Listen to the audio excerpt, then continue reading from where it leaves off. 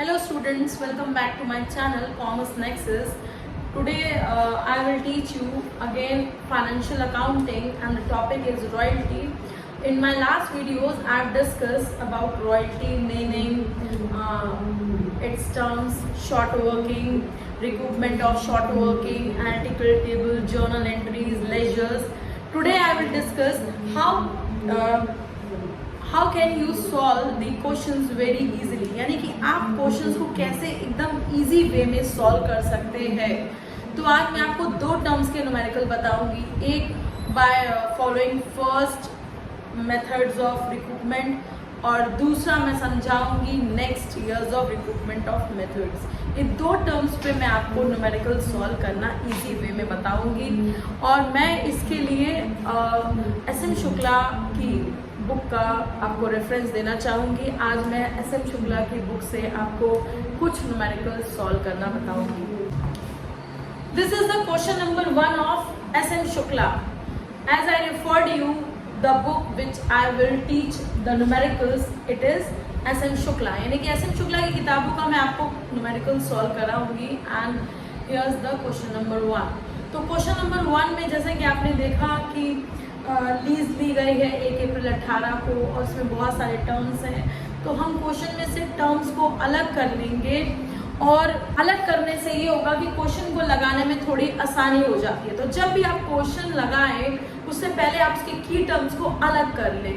जैसा कि आपने देखा कि इस क्वेश्चन में रॉयल्टी जो है वो 5 रुपीज़ पर टर्न है, मिनिमम रेंट है ₹90,000 per annum, short working recruitment का मेथड दिया है फर्स्ट 3 इयर्स ऑफ लीज और 3 साल का आउटपुट दिया है 12,000, 19,000, 21,000। इस तरह से हम की टर्म्स को क्वेश्चन में से अलग कर लेंगे और जब क्वेश्चन लगाएंगे तो हमें इससे थोड़ा सा इजी हो जाएगा।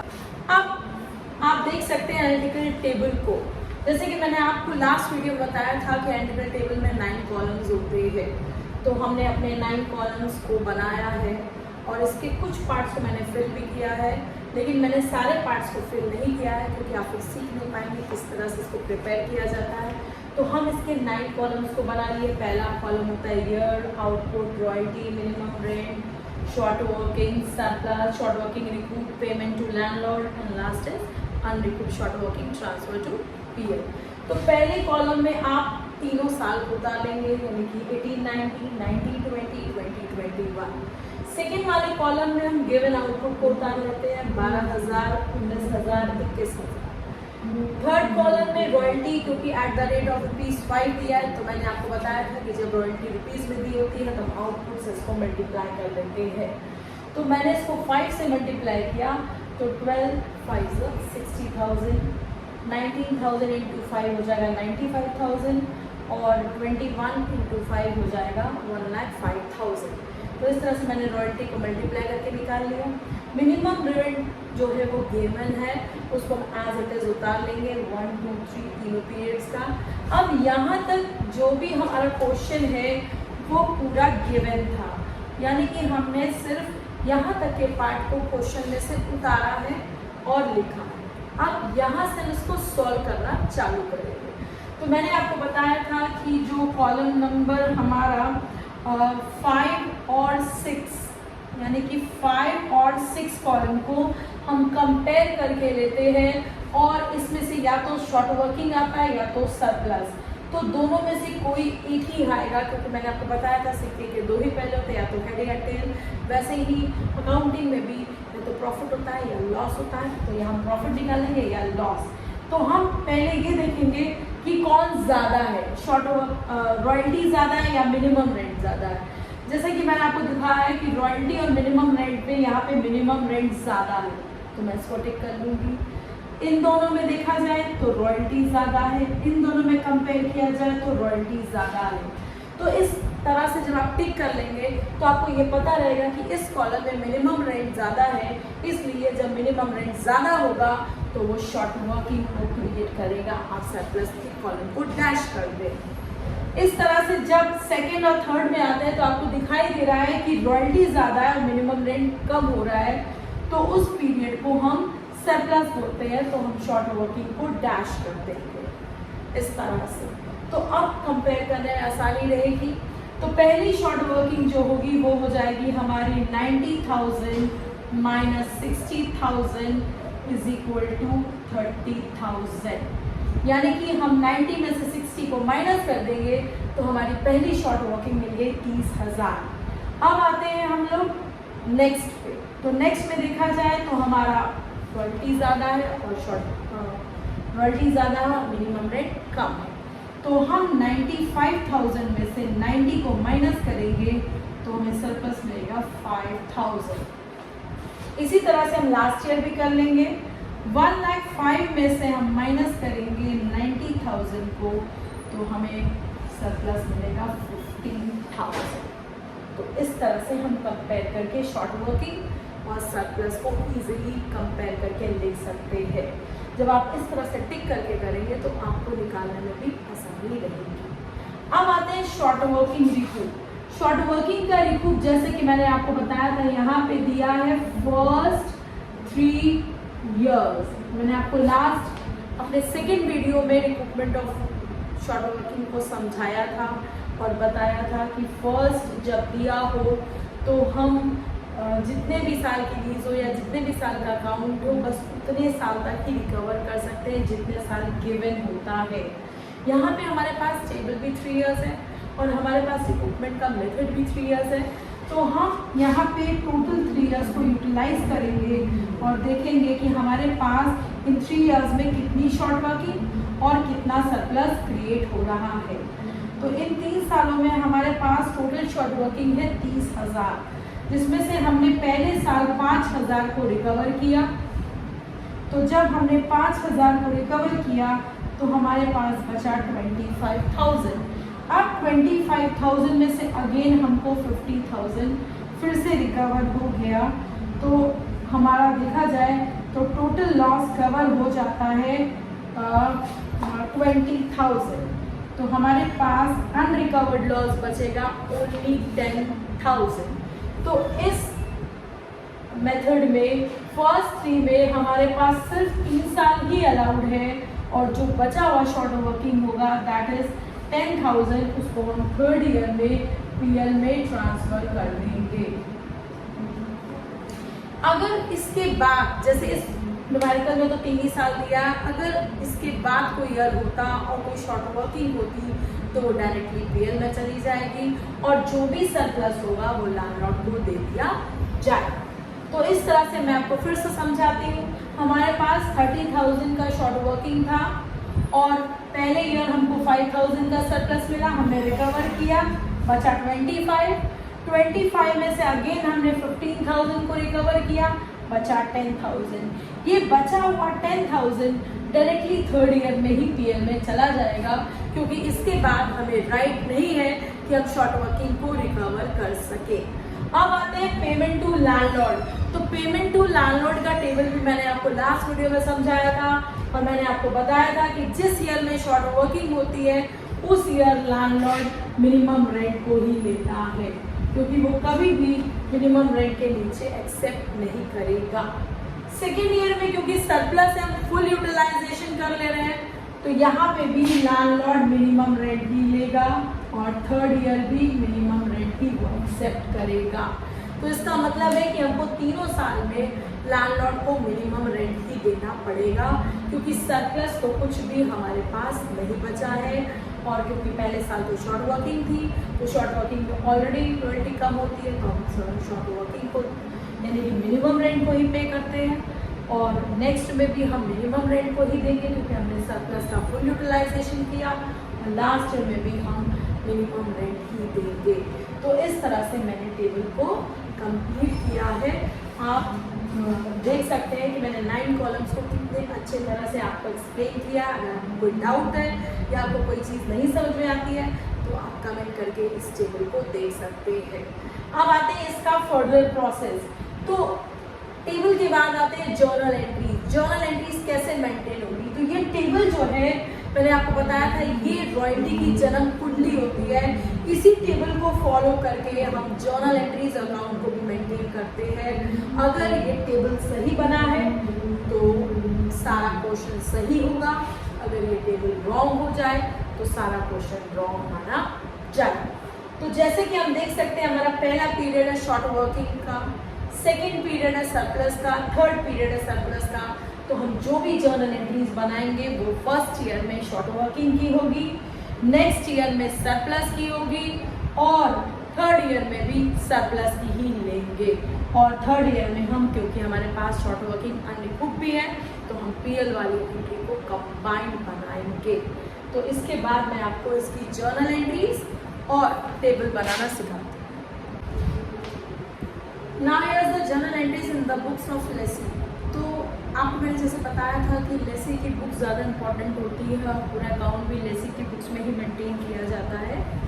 तो सबसे पहले हम लोग देखते हैं first year. First year I have told you that it is the period of short working, यानी पहला साल जो है वो शॉर्ट वर्किंग का पीरियड है। तो हम शॉर्ट वर्किंग की जर्नल एंट्रीज को फॉलो अप करते हैं। तो मैंने आपको जर्नल एंट्रीज बताया था जिसमें मैंने आपको केस 1, केस 2, केस 3 बताया था। तो जब हम यहाँ पे 18-19 का पीरियड लेके चलेंगे तो यहाँ पर हम छोटा सा शॉर्ट वर्किंग वर्ड लिख सकते हैं जिससे पता रहे कि हम शॉर्ट वर्किंग के पीरियड को ले रहे हैं और उसी की जर्नल एंट्री का इस्तेमाल कर रहे हैं। तो पहली एंट्री आती है शॉर्ट वर्किंग के पीरियड में, royalty account debit, short working account debit to landlord account. हमारे पास देखा जाए टेबल में, हम टेबल को फॉलो करेंगे। टेबल के रॉयल्टी के कॉलम को देखा जाए तो फर्स्ट ईयर में रॉयल्टी थी 60,000, शॉर्ट वर्किंग जो था फर्स्ट ईयर में आ रहा था 30,000, दोनों मिलाकर के रॉयल्टी तैयार हो गई 90,000 की, जो कि लैंडलॉर्ड के लिए ड्यू हो जाती है। रॉयल्टी का मतलब अमाउंट जो तैयार हो जाता है लैंडलॉर्ड को हमें देना ही देना है, मिनिमम रेंट का अमाउंट। तो ये होता है 90,000। अब मैंने आपको बताया था कि लैंडलॉर्ड को जब शॉर्ट वर्किंग का पीरियड होता है तो सिर्फ मिनिमम रेंट देते हैं। तो हम यहाँ पे देंगे landlord account debit to bank account, that is 90,000, 90,000 each. उसके बाद रॉयल्टी एक नॉमिनल अकाउंट है, एट द एंड में उसको पीएल में ट्रांसफर कर देते हैं।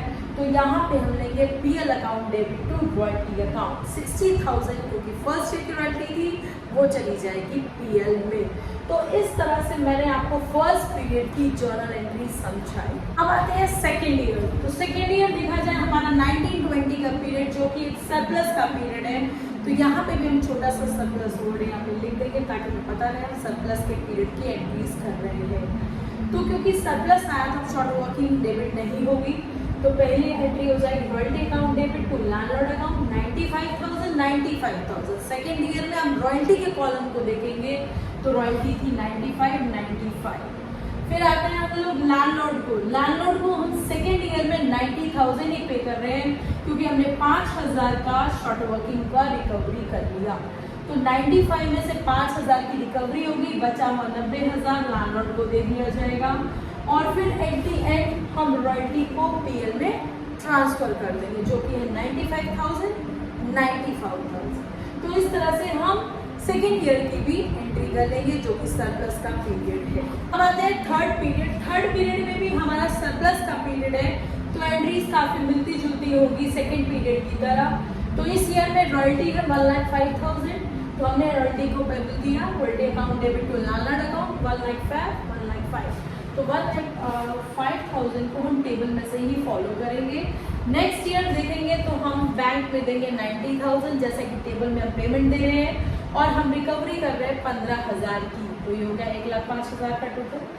अब लास्ट ईयर है और हमने देखा कि हमारे पास अनरिकवर्ड शॉर्ट वर्किंग भी थी, तो हम रॉयल्टी के साथ अनरिकवर्ड शॉर्ट वर्किंग को यानी कि 10,000 को पीएल में ट्रांसफर कर देते हैं और इसकी कंबाइंड एंट्री बन जाती है। तो टोटल पीएल में जाएगा 1,50,000। तो इस तरह से मैंने आपको तीनों ईयर की जर्नल एंट्रीज को समझाया है कि कैसे आप टेबल को फॉलो करके जर्नल एंट्रीज को प्रिपेयर कर सकते हैं। अब इस तरह से हम रॉयल्टी अकाउंट को देखते हैं। तो रॉयल्टी अकाउंट में हम सिंपल पोस्टिंग कर देंगे। हर साल रॉयल्टी पेबल होती है, फिर वो पीएल में ट्रांसफर कर दी जाती है। तो जिस साल वो पेबल होगी तो जगह टू लैंडलॉर्ड, तो जिस साल हम उसको पीएल में ट्रांसफर करेंगे by PL to landlord, by PL to landlord, by PL. कोई भी केस हो, केस 1 हो, केस 2 हो, केस 3 हो, रॉयल्टी पहले पेबल होती है फिर वो पीएल में ट्रांसफर कर दी जाती है। और अमाउंट का कॉलम के लिए हम टेबल को फॉलो करेंगे। फर्स्ट टाइम अमाउंट था 60,000, फिर था 95,000 और फिर था 1,05,000। 5000। तो इस तरह से हम इसको मेंटेन करेंगे। नेक्स्ट है हमारा लैंडलॉर्ड अकाउंट। तो लैंडलॉर्ड अकाउंट में जैसे कि हमने देखा था कि पहला पीरियड हमारा शॉर्ट वर्किंग का था, तो हमने इसकी पोस्टिंग की है। तो पहला पीरियड की पोस्टिंग के हिसाब से पहली एंट्री होगी by royalty by short working, जिसे हमें पोस्ट किया। उसके बाद हमें लैंडलॉर्ड को पेमेंट देना होता है, तो हमने टू बैंक 90,000 दिया। हम टेबल को फॉलो करते जाएंगे। पहला ईयर हमारा 60,000 से रॉयल्टी थी, शॉर्ट वर्किंग 30 थी, और हमारा क्योंकि शॉर्ट वर्किंग का पीरियड है हम लैंडलॉर्ड को 90 देंगे। सेकेंड पीरियड हमारा सरप्लस का पीरियड है, हमारे पास रॉयल्टी 95,000 की आ गई, और हम बैंक में सिर्फ 90 दे पा रहे हैं क्योंकि हम 5,000 का सरप्लस का इस्तेमाल कर ले रहे हैं। उसके बाद थर्ड ईयर में आते हैं, रॉयल्टी आ रही है 1,05,000, जिसमें से हम 90,000 बैंक में लैंडलॉर्ड को पे कर रहे हैं और 15,000 का रिकूपमेंट कर रहे हैं। तो इस तरह से हम पोस्टिंग कर देते हैं जर्नल एंट्रीज को, और ज़्यादातर लैंडलॉर्ड अकाउंट जो होता है वो इक्वल टोटल वाला ही रहता है और इसमें कोई बैलेंसिंग का चक्कर नहीं। अब लास्ट है हमारा शॉर्ट वर्किंग अकाउंट। तो शॉर्ट वर्किंग अकाउंट जो होता है वो टेबल ही बताता है कि कितने साल का बनेगा, क्योंकि शॉर्ट वर्किंग अकाउंट कभी डिटरमाइन नहीं होता है कि कितने साल का टेबल हो उतने साल का ही बने। तो हम टेबल को फॉलो करके बनाएंगे। जैसा कि हमने जर्नल एंट्रीज में देखा कि पहले साल शॉर्ट वर्किंग थी, तो हमारी एंट्री हुई short working account debit to landlord. Landlord में हम ले आए 30,000 से शॉर्ट वर्किंग का खाता खोला गया, क्योंकि इसका अगर ऑस्पेक्ट नहीं होता है तो उसको हम बैलेंस कर देते हैं, इसलिए इसका क्लोजिंग करके 31 मार्च को बैलेंस कर देंगे। फिर हम बैलेंस को ओपनिंग बैलेंस लेकर के नेक्स्ट पीरियड में आएंगे अप्रैल में। फिर नेक्स्ट ईयर में क्योंकि हमारे पास सरप्लस था तो हम लैंडलॉर्ड अकाउंट से उसको रिकवर कर लेंगे 5,000, और फिर बैलेंस कर देंगे 25,000, क्योंकि हमारे पास फर्स्ट 3 ईयर्स है। फिर हम 25,000 को बैलेंस करके लाएंगे 1 अप्रैल को, और फिर 31 मार्च को, क्योंकि हमें सिर्फ 15,000 का शॉर्ट वर्किंग रिकवर हो रहा है, तो हम बचे हुए अनरिकवर्ड शॉर्ट वर्किंग को हम डाल देंगे पीएल में। तो इस तरह से हम अनरिकवर्ड शॉर्ट वर्किंग को, बचे हुए अनरिकवर्ड शॉर्ट वर्किंग को पीएल में डाल के अकाउंट को क्लोज कर देंगे, क्योंकि ऐसा हमारा टेबल जो है, ऐसा हमारा शॉर्ट वर्किंग का जो मेथड है वो हमको करने को कह रहा है। तो इस तरह से हमारा शॉर्ट वर्किंग अकाउंट भी क्लोज हो जाएगा।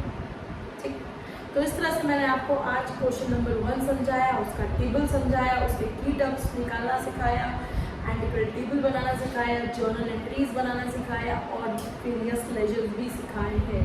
इसी तरह से मैं आपको नेक्स्ट वीडियो में इसके नेक्स्ट मेथड को एलैबोरेट करूँगी, कैसे नेक्स्ट को फॉलो किया जाता है, बनाते हैं, देखते हैं, वो आपको मैं नेक्स्ट वीडियो में समझाऊंगी।